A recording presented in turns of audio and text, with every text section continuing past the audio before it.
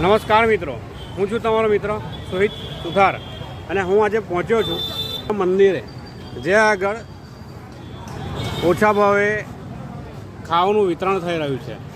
હવે તમે જોશો કે આ રીતે લગભગ ખાવાનું વિતરણ જે થઈ રહ્યું છે, લગભગ ઓછામાં ઓછા 7-8 કલાક લાગે છે લાઈનમાં ઊભા રહેવાના. તો શું આ બાબત સારી છે કે જે જલારામ મંદિર જે છે એ આ રીતે ઓછા ભાવનું ખાવાનું વિતરણ કરી રહી છે? તો શું આણંદમાં બીજા ઘણા બધા મંદિરો છે? તમે જોશો કે આ રીતે સ્વામિનારાયણ મંદિર છે, બીજા ઘણા બધા મંદિરો છે આ રસ્તા પર. તમે જોશો તો કેટલી બધી ભીડ છે. આ લગભગ આ લાઈનો પૂરી થતાં લગભગ રાત્રે ઓછામાં ઓછા 10થી 11 વાગે એવી શક્યતા છે. અને કોઈ છતાં પણ બીજા લોકો હજુ લાઈનમાં ઉમેરાશે.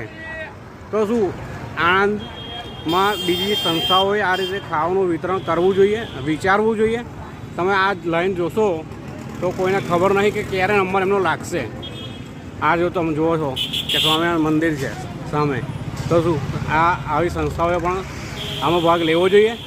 કે પબ્લિક તો છે જ લેનારી, સસ્તું મળે એ પ્રમાણે.